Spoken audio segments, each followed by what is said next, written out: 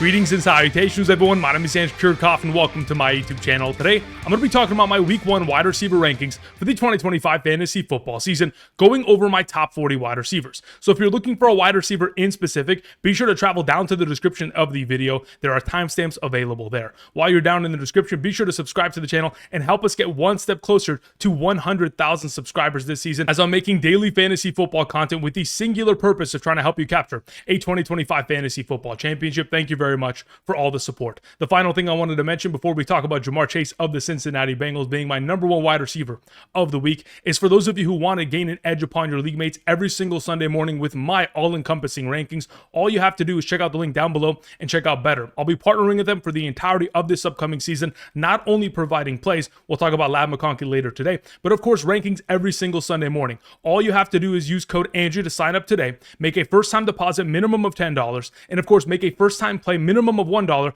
picking 2 players more or less on their given statistics going into week 1, and you'll be eligible to receive my rankings every single Sunday for the remainder of the season, by position, by tier, half PPR, full PPR, and of course including flex. Check out the map to the right side of the screen to determine your eligibility based on your current location, and new users who sign up today get a free $10, so be sure to take advantage of this opportunity via Betr. Thank you very much for all the support.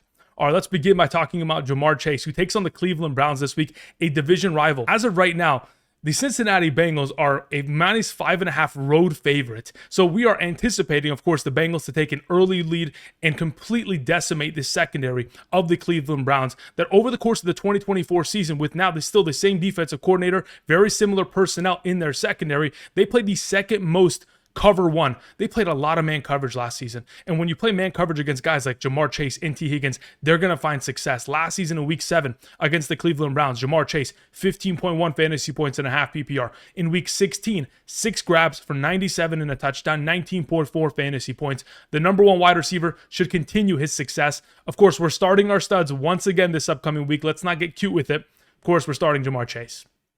Number 2, like I said, we're starting our studs, so we'll continue on with someone like Justin Jefferson, who takes on the Chicago Bears, a division rival. Last season in week 15 against the Chicago Bears, 14 targets, 7 grabs, 73 and a touchdown for 16.8 fantasy points. Now, we all know that Jalen Johnson is the primary number 1 corner of the Chicago Bears, and that's certainly an intriguing matchup. But what we have learned year over year is that Justin Jefferson is not only matchup proof, but quarterback proof. Whether it is J.J. McCarthy, Kirk Cousins, Sam Darnold, even Nick Mullins, it doesn't matter. Specifically putting this to the test in 2023, when Nick Mullins started 4 games for the Minnesota Vikings, Justin Jefferson was averaging 18.35 fantasy points per game throughout that span of time, 7.5 receptions, 111 receiving yards, and a half a receiving touchdown per game. It doesn't matter who's playing quarterback. It doesn't matter which team they're facing. Justin Jefferson is one of the best wide receivers in the NFL. Number 3, we have Puka Nacua taking on the Houston Texans. Listen, last season, Puka Nacua was incredible. Nearly 11 targets per game, 21.81 fantasy points per game, in a half PPR scoring format between weeks 8 through 17 when healthy. In 8 of those 11 games, he was able to surpass 97 receiving yards. That's production level to the likes of someone like Ja'Marr Chase or Justin Jefferson, and that is why Puka Nacua is amongst them in the S tier. As we approach this week, they take on the Texans, like I mentioned. They take on Derek Stingley, Lassiter, an incredible duo of corners. Again, young cornerbacks that are 2 of the best in the National Football League, perhaps the best duo in the league for that Houston Texans defense, but with no more Cooper Kupp within the lineup, the opportunity for Puka Nacua to work out of the slot position increases that much more. And you also have Davante Adams pulling incredible coverage over the course of the entire game. As of right now on Betr, Puka Nacua's receiving yards is currently sitting at 72.5, the 7th highest going into the given week. We're expecting him to be able to potentially surpass that this week as he continues to put together incredible performances week in and week out with a healthy Matthew Stafford. Number 4, we have Malik Nabers, who takes on the Washington Commanders, a division rival. Last season against the Washington Commanders, he found success in both of those matchups. The first one in week 2, 10 catches for 127 and a touchdown, 23.7 fantasy points. In week 9, only 9 grabs for 59 yards. Again, that was the underwhelming performance between the two. Still over 10 fantasy points and a half PPR, and even more production in a full PPR.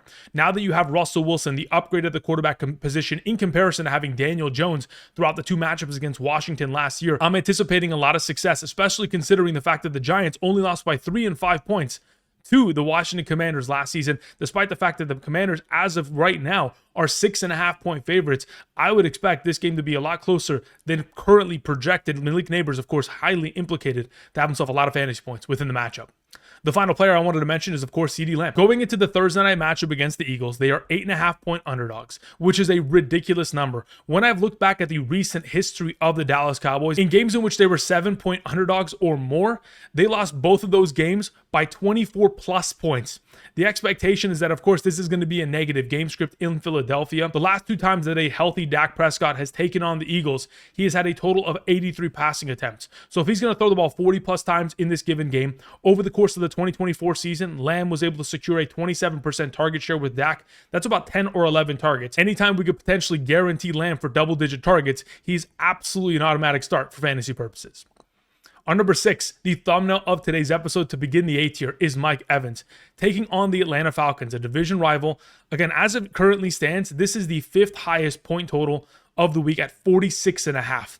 An implicated shootout primarily because the 2 matchups between Atlanta and Tampa Bay last season were shootouts. The first game in week 5, a 36-30 shootout, and then the following in week 8, a 31-26 shootout. There's a lot of potential in which, of course, we're going to see a lot of production from Mike Evans, primarily because the last time he took on the Atlanta Falcons when he was healthy, 5 grabs for 62 and 2 touchdowns, over 20 fantasy points. In week 8, unfortunately, wasn't able to participate considering he was on the injury reserve that week. But going into this week, considering Chris Godwin and Jalen McMillan are both out, last season in games in which he played without Chris Godwin was averaging 9 targets per game and 17.5 fantasy points per game. Expect an incredible performance here in week 1 for Mike Evans. Now, on the other side of this matchup, we have Drake London, who last season with Michael Penix was a completely different wide receiver, averaging 13 targets per game and 19+ fantasy points per game. Like I mentioned just moments ago, this is expected to be the 5th highest scoring game of the week with a 46.5-point total. So if the implication is a shootout and Zach Robinson, the offensive coordinator of the Atlanta Falcons, already has the Tampa Bay Buccaneers defense number, as they scored 30+ points in each of the matchups against that defense last year, my expectation is that Drake London should continue to find success. As in the last 2 matchups he took on the Tampa Bay Buccaneers defense, he had 16 total receptions for 188+ yards and a touchdown, averaging 16.4 fantasy points per game within the matchup itself. Expect for a lot of upside this week. Number 8 is A.J. Brown. Speaking of upside within the matchup, look, in the last 2 times that he's taken on the Dallas Cowboys, 109 yards and 5 grabs for 13.4 fantasy points. And with Pickett and McKee in week 17 of last year, Jalen Hurts not even healthy, still scored over 11 fantasy points. Now, when we take on the Dallas Cowboys, a defense that, again, is going to be playing with potentially no Stefon Diggs, so their primary cornerbacks that will be covering someone like A.J. Brown will be Kaiir Elam or, of course, DaRon Bland. So if we're going to see potential one-on-one coverage from either of those 2 cornerbacks, we have to remember that last season, A.J. Brown was the best wide receiver against man coverage. 51% of his fantasy points scored against man coverage last season on only 32% of his overall targets. Yes, he is working back from the hamstring injury, but I am anticipating a lot of success. He has never scored less than 11 fantasy points against the Dallas Cowboys since joining the Eagles. He's averaged about 13.5 against them over the course of his career. Number 9, we have Brian Thomas Jr. taking on the Carolina Panthers. Another one of these highly anticipated matchups, as both of these defenses can't stop a soul as of the 2024 season, and the expectation is that both of their offenses should find success this week with a 46.5 total. So with Liam Cohen already being familiar with the Carolina Panthers defense, as Liam Cohen was the former offensive coordinator of the Tampa Bay Buccaneers last season, took them on twice last year, he is going to be able to implement his knowledge there in order to elevate Brian Thomas Jr. here in week 1. Mike Evans against the Carolina Panthers last year. In week 13, 21 fantasy points, 8 grabs on 12 targets, 118 and 2 touchdowns. And when we go further to week 17, Mike Evans and Jalen McMillan against the Carolina Panthers combined for 13 receptions, 148 yards, 4 touchdowns, and 46.2 fantasy points in the week 17 matchup. Expect for Brian Thomas Jr. and, of course, Travis Hunter to find success this week within the matchup. Number 10 to close out this tier is Nico Collins.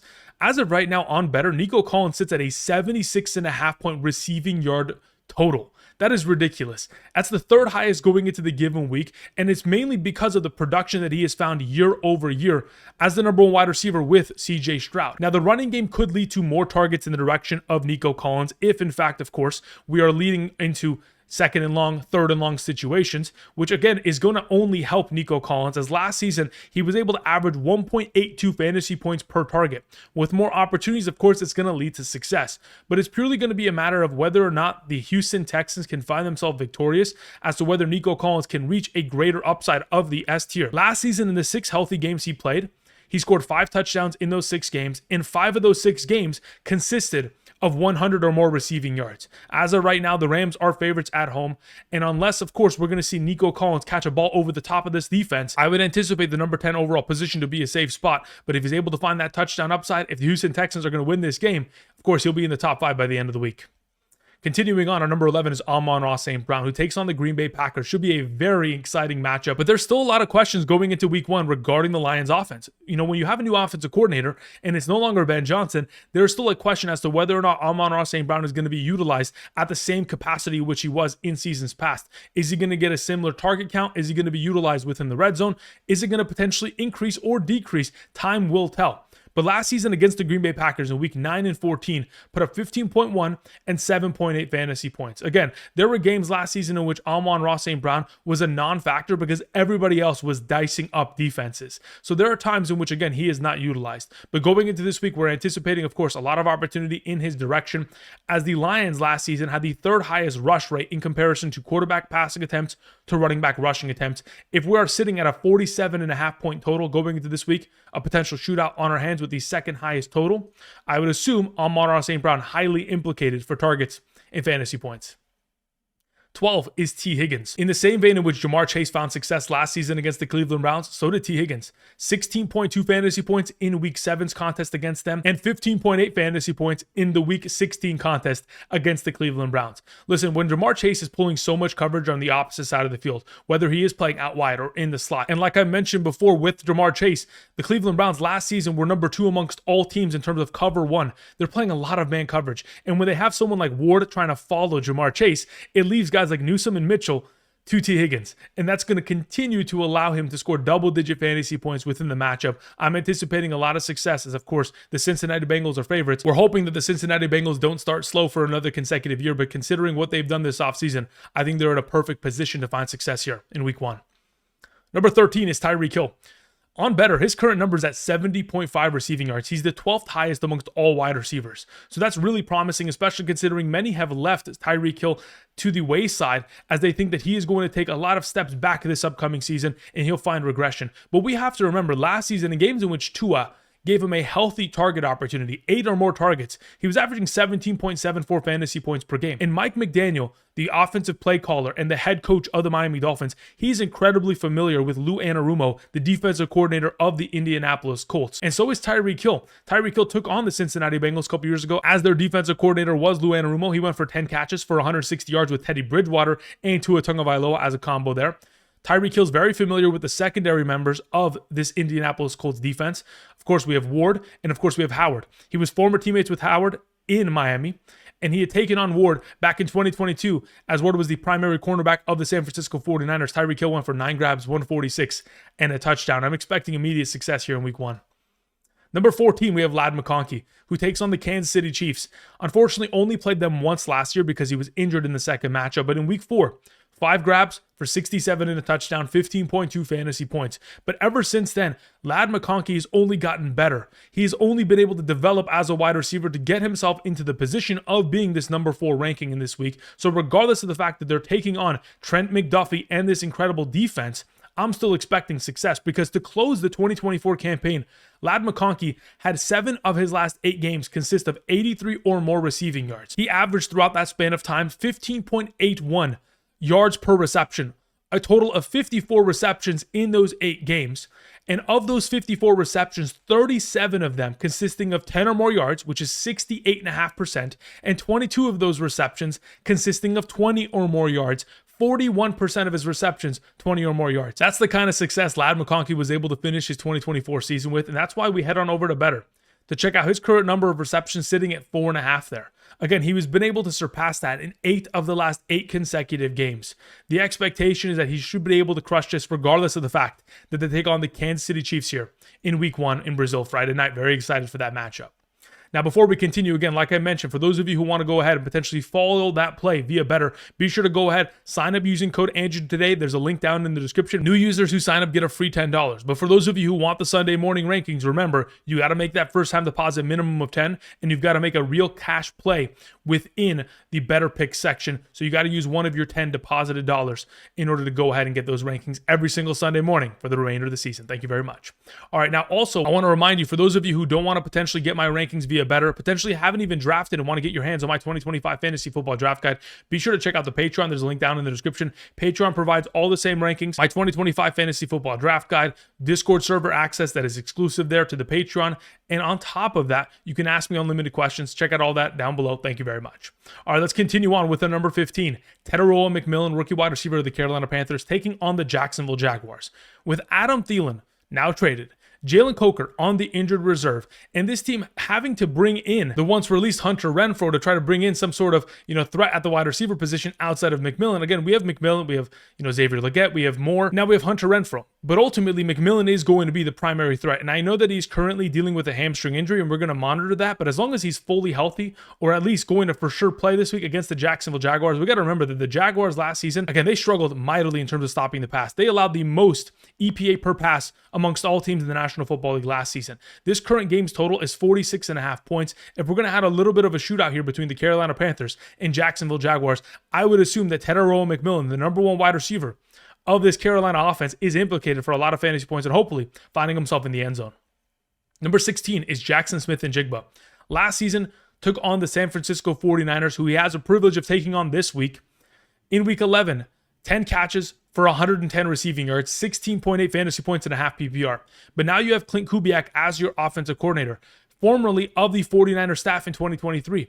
But last season was the offensive coordinator of the Saints. And what Kubiak was able to do with Chris Olave, when Olave was, of course, healthy, in 4 of the last 5 games, Olave had 80-plus receiving yards. Anticipate Jaxon Smith-Njigba to move a lot around to this formation, whether it's out wide, whether it's in the slot position, and for this offense to develop plays in order to get him specifically open. He should have another great performance against his division rival in the 49ers. Number 17 is Terry McLaurin, who over the course of his career has dominated against the New York Giants. Last season in the matchup against them in week 9. 3 targets, 2 catches, 19 yards, and 2 touchdowns for 14.9 fantasy points, which fully encompasses what Terry McLaurin was capable of in 2024. Low target counts, but a bunch of touchdowns. In fact, he scored 10 of his 13 touchdowns last season in the red zone. 10 touchdowns on 14 red zone targets. These are unsustainable numbers, but he is still going to be the number one receiving option of this offense. And from what we saw from weeks 3 through the NFL playoffs last season, he's going to get himself a valuable enough opportunity share to be fantasy relevant here at a top 17 capacity against the Giants. Number 18, we have DJ Moore. Look, DJ Moore very different than, Terry McLaurin, especially late last season. Now, even though both of these players had rookie quarterbacks last year, DJ Moore was able to get himself a healthy volume of opportunity, especially in the 2 matchups against Minnesota, who he'll be taking on this week. Last season against Minnesota in week 12, 7 targets, 7 catches, 106 and a touchdown, 23 fantasy points. Against Minnesota in week 15, 8 targets, 8 catches, 46 11.0 fantasy points. Had a little bit of a rushing opportunity there of 3 rushing attempts for 24 yards. As of right now, going into this upcoming week, we are anticipating a lot of those opportunities to stay consistent. There should be a lot of manufactured opportunities going in the direction of DJ Moore, and that's all we need, as we need to continue to keep Caleb Williams in a rhythm, especially early in this game. DJ Moore is going to be the security blanket in that regard. Number 19 is Courtland Sutton taking on the Tennessee Titans. They are currently, of course, 7.5 point favorites at home. So if they're going to take a commanding lead, hopefully it's going to be through the efforts of Courtland Sutton, who last season from weeks 8 through 18 averaged 8.8 targets per game and 14.96 fantasy points per game. In the week 3 preseason contest with Bo Nix, on 14 routes ran, Courtland Sutton was targeted 7 times for 4 receptions, 83 yards and a touchdown. That's the hopeful scoreline for this week as our number 19. The L'Jarius Sneed matchup as the number 1 cornerback of the Tennessee Titans is incredibly intriguing. We're going to keep an eye on that this week as they take each other on. Number 20 is Davante Adams. Like I mentioned before with Puka Nacua, they take on the Houston Texans. And even though the Rams didn't take on the Texans last year, the Jets did. And in that matchup, week 9, Davante Adams decimated that Houston Texans defense with 11 targets, 7 grabs for 91 and a touchdown, 18.6 fantasy points on that Thursday night football game, for those of you who remember, in which Davante Adams actually left that game early due to the concussion protocol, returned and then scored a touchdown. We all know that Derek Stingley, Lassiter, they're two of the best cornerbacks as a cornerback duo in the National Football League. But from what we saw last season, the number 2 receiving option of a Matthew Stafford-led offense from weeks 8 through 14, Cooper Kupp was averaging 9.14 targets per game and 18 fantasy points per game. With Puka Nacua doing what he does with his high target share, it's still not going to impact the potential upside that Davante Adams can claim this week. Number 21, we have Marvin Harrison Jr.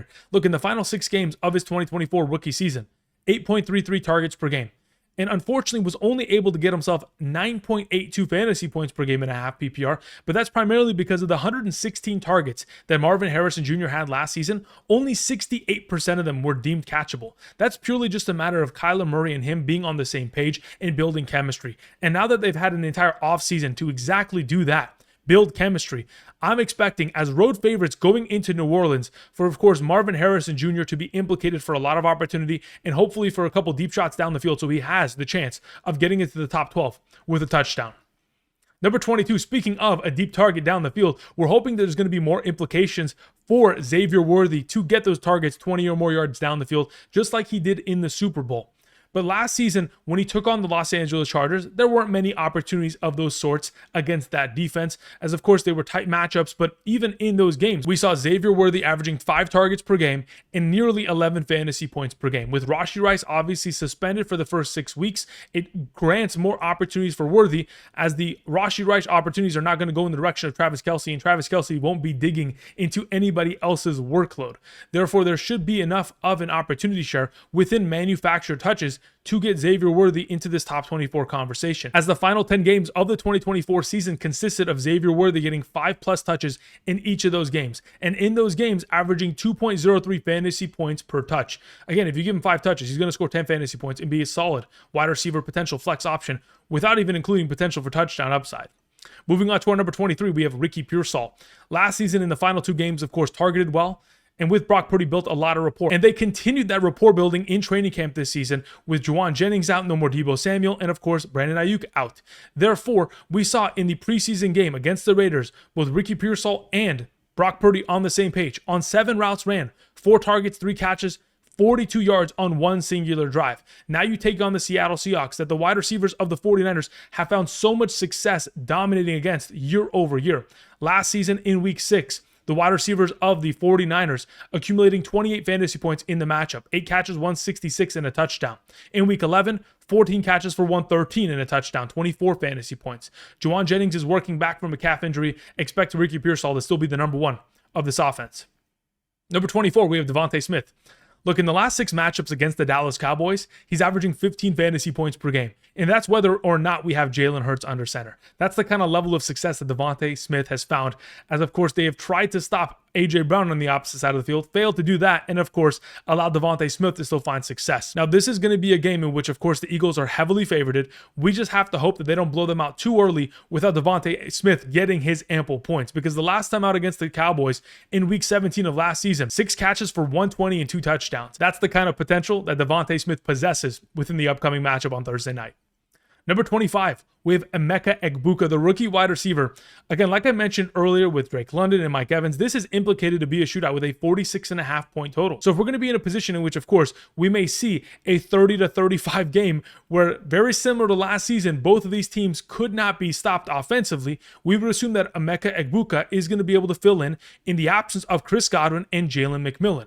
And Baker Mayfield last season, in terms of his slot target share, 32.5% of his passing attempts in the slot's direction. Therefore, Emeka Egbuka should be able to get himself a lot of opportunity, and considering he is taking on Billy Bowman Jr., who is a rookie 4th round selection in the 2025 NFL draft, that is the primary nickel cornerback of this Atlanta Falcons defense, expect the 1st round Ohio State talent of Egbuka to dominate within this rookie versus rookie matchup in week 1. Number 26 is Zay Flowers. Look, the current total of this game has now moved down from 52.5 yesterday to 50.5, but it is still implicated as the highest scoring game of the week. Now, last season, Zay Flowers played about 38% of his snaps from the slot position, 62% out wide. We saw him move around a lot within this overall offense, but this week, taking on guys like Taron Johnson, Tre'Davious White, it doesn't matter what they put in front of Zay Flowers, he's going to find success, because last season in games in which he played, 70% of the snaps or more. So basically in games in which they did not blow out the opposing team and didn't have to pull the starters, we saw Zay Flowers averaging 12.35 fantasy points per game.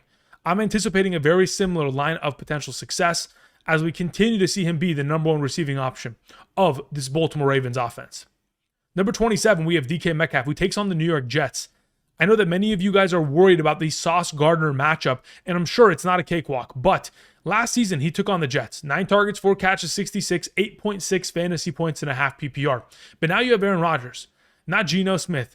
And what we have seen from Aaron Rodgers is that he likes to target his number one receiving option 10 to 11 times per game based on the efforts that we saw last year with Garrett Wilson and Davante Adams. Therefore, if we're going into a matchup in which Aaron Rodgers is incredibly familiar with this defense and this secondary, as a former New York Jet, he understands the tendencies of guys like Sauce Gardner. So with very little target competition within this offense, I'm expecting a lot of opportunity in the direction of DK Metcalf as our number 27 this week. We continue on with Jerry Jeudy, who also has himself a little bit of an unknown potential considering we have Joe Flacco now as his starting quarterback. Now, last season, as the starting quarterback of the Colts, Joe Flacco was able to elevate Michael Pittman Jr. to averaging 11.3 fantasy points, Alec Pierce 11.13, and Josh Downs 11.91. So there's a very high likelihood that not only is Jerry Jeudy, but also Cedric Tillman and David Njoku are all going to be relevant in this negative game script. As it currently stands, the Browns are major underdogs at home this week, so we would anticipate a lot of opportunity, hopefully going in the direction of Jerry Jeudy. Last season in the matchups against Cincinnati, it didn't bode well. 3 catches for 38, but that's primarily because he has Dorian Thompson-Robinson throwing him the ball in both of those matchups. Number 29, we have Calvin Ridley. Look, Calvin Ridley last season from weeks 8 through 17, nearly 8 targets per game and nearly 12 fantasy points per game. But now we have to implement, of course, we have an upgraded quarterback with Cam Ward, but you also are taking on the Denver Broncos defense this week. And Patrick Surtain, the reigning defensive player of the year, is going to be in primary man coverage majority of the time. Now, he's not going to follow Calvin Ridley to the opposite side of the field. We may see a lot of opportunities against Riley Moss, and in those frequent opportunities, hopefully Calvin Ridley will be successful, because last season he did have a 16.0 ADOT. Even this preseason, he had a 13.0 ADOT. So he just needs a couple of opportunities here and there, and he's going to have himself top 30 relevancy. And if, in fact, this game becomes a blowout, he could be able to find himself a lot of success within garbage time. Number 30 is Garrett Wilson taking on the Pittsburgh Steelers last season in the matchup, catching 5 of his 9 targets for 61 and 8.6 fantasy points. The offense for the Jets struggled mightily against that Pittsburgh Steelers defense, and even though we have a new regime here for the Jets, we could see a lot of similar struggles. That's why I have Garrett Wilson at number 30, because we're uncertain as to what the potential looks like for Garrett Wilson with Justin Fields at quarterback, on top of the fact that we have tough coverage. Slay, Porter Jr., and of course Ramsey are the primary cornerbacks that are going to be in coverage. So until Fields is tested and we can understand what exactly we're going to see out of Garrett Wilson, we know that there is no target competition within this offense. He should see enough opportunities to still be relevant in a top 30 capacity. Number 31 is Travis Hunter taking on, of course, the Carolina Panthers. This is a 46.5 point total. This is expected to be a relatively higher scoring game. And with Liam Cohen, the offensive play caller and head coach of the Jacksonville Jaguars, and his familiarity with the Carolina Panthers defense, as he, of course, was the former offensive coordinator of the Tampa Bay Buccaneers last season. Last season in Week 17, Mike Evans and Jalen McMillan combined for 13 catches, 148, and 4 touchdowns. We're anticipating a lot of opportunity, hopefully in the direction of both Brian Thomas Jr. and Travis Hunter. They're still evaluating his usage share this week because he is still coming off an injury. Even though that is the case, I'm still ranking him in my top 36 without a doubt. Number 32, we have Jaylen Waddle. Look, last season in the 8 healthy games that he played with Tua, was averaging 67.5 receiving yards and 11.09 fantasy points per game. There just wasn't enough consistency week over week to trust him. But going into the Indianapolis Colts matchup, like I mentioned earlier, the familiarity that we know with Mike McDaniel against a Lou Anarumo defense. We saw in seasons past Mike McDaniel, the primary play caller and the head coach of the Dolphins, be able to dice up that defense with the efforts of Jaylen Waddle. and Tyreek Hill. So we're hoping that the opportunities are going to be there in the absence of course, Jauan Smith, and with a little bit of an injury risk with Achane, it may lead to even more opportunity for someone like Jaylen Waddle, who could become the number one wide receiver of this offense. Time will tell. Number 33 is Rome Odunze, another receiving option very similar to Travis Hunter and Jaylen Waddle, in which we're not 100% certain as to what kind of an opportunity share they're going to get. With the new offensive coordinator within the mix with Ben Johnson, if he's going to be able to see, the primary outside role as an X receiver, potentially as the Z, we'll have to wait and see. I mean, Jameson Williams, in 6 of the last 7 games as a Detroit Lion, 5 or more receptions. So we're hoping Rome Odunze could very much so inhabit that opportunity share. Not only that, if he potentially moves into the slot position, we could see an Amon-Ra St. Brown kind of opportunity look. Either way, Ben Johnson, familiar with this Minnesota Vikings defense, as he scored 31 points in each of the games against that defense as the offensive coordinator of the Lions. Obviously, an improved offense in comparison to what we have here in Chicago, but still does give us hope for a higher scoring game. 34 is Matthew Golden. Look, he may not come out immediately get himself 10 targets, and we're hoping that's the case, but it's probably not going to be in week 1, as the primary threats of this offense with Jordan Love average about 4 to 5 targets per game, whether it was Reed, Watson, or Kraft last season. But even in those games, Reed, week 9 against Detroit, 5 catches for 113 for 13 plus fantasy points. Christian Watson in week 14 against Detroit, 4 catches for 114. And 11 plus fantasy points. There's a possibility in which Matthew Golden, an absolute speedster on the outside, is going to be given a couple of those deep shot opportunities in the absence of a Christian Watson. And of course, the injury that is currently plaguing Reed could present even more opportunity share within a matchup in which, of course, they're going to have to air it out in order to win that game. Number 35, we have Jameson Williams. This is a wide receiver that in my mind is purely dependent on a receiving touchdown. Now, even though last season in week 14 against the Green Bay Packers, 5 catches for 80 yards, 10.5 fantasy points. In order to get anywhere beyond that overall potential of production, we're going to need to see a big touchdown. Now, like I mentioned moments ago with Rome Odunze, in the case of Jameson Williams, 6 of his last 7 games of the 2024 season, 5 or more receptions. If the opportunity share develops and continues to go in his direction, like it was late last year, and from what we have heard from training camp and the head coach talking about how great Jameson Williams has looked this offseason and the steps that he's taking forward, even in the absence of a touchdown, could still be relevant, but we're hoping for touchdown upside, as that is how he was able to get himself into the top 24 conversation weekly last season. Number 36 is Deebo Samuel. We don't know what kind of a look Deebo Samuel is going to get every single week. Again, we have a different offensive coordinator going to Cliff Kingsbury in comparison to Kyle Shanahan, who used him as a runner, who lined him up in the backfield, who utilized them heavily within the screen game. If those are going to be implicated this week, fantastic. Otherwise, very similar to Jameson Williams, Deebo Samuel very much so reliant on touchdown upside. We move on to Stefon Diggs, another one of these wide receivers that's an old face but in a new place. Going to a different team with a new offensive coordinator, coming off of the ACL injury, the expectation is that he should be able to fully play come week 1 with no limitations. Hopefully there's not going to be a ramp-up period where they limit his snaps, and hopefully they'll continue to allow him to be the number 1 receiving option of this Drake May offense, as last season pre-injury, Stefon Diggs was averaging over 12.6 fantasy points as the number 2 receiving option of the Houston Texans offense. Number 38 is George Pickens. Look, this Vic Fangio defense in this secondary is one of the best in the National Football League. Last season, they were the best defense amongst all in terms of EPA per play, with a negative 0.17 average when leading. So if we anticipate the Eagles with a minus 8.5 point favorite at home this week to potentially take an early lead, they're going to sit back in their cover 3, 4, and 6 coverage, which they played in 70% of the times last season, and allow their pass rush to get after Dak Prescott, and of course, force him to have to throw a bunch of potential 50-50 balls in the direction of George Pickens to be fantasy relevant within the week. I'm hoping for immediate opportunity for success for George Pickens, but this matchup is incredibly difficult as the number 2 receiving option. Number 39 is Khalil Shakir. Last season, when healthy, in the 17 games in which he played, 6.94 targets per game and 9.88 fantasy points per game, having only scored 4 touchdowns in those 17 games. So just off of receiving statistics in terms of receptions and yards, has he been relevant? In the 2 games against Baltimore last season, 8.2 and 9.7 fantasy points as the number 1 receiving option of this Buffalo Bills offense, implicated for the highest scoring game of the week. Number 40 is Chris Olave. Like I mentioned earlier, in 4 of his last 5 games, 80 plus receiving yards. So we're going to have to wait and see if Spencer Rattler can support him in a negative game script, as they are 5.5 point underdogs at home. We are hoping that Chris Olave, Rashid Shaheed is going to get enough opportunity share as they're throwing the ball for majority of the second half against this Arizona Cardinals defense. And of course, Chris Olave can prove to the entire world that he is a far better wide receiver than number 40, but Spencer Rattler needs to really elevate himself in order to support the likes of a Chris Olave. The final player I wanted to mention on today's episode is our honorable mention of Jauan Jennings. He is currently nursing a calf injury in which he is coming back from.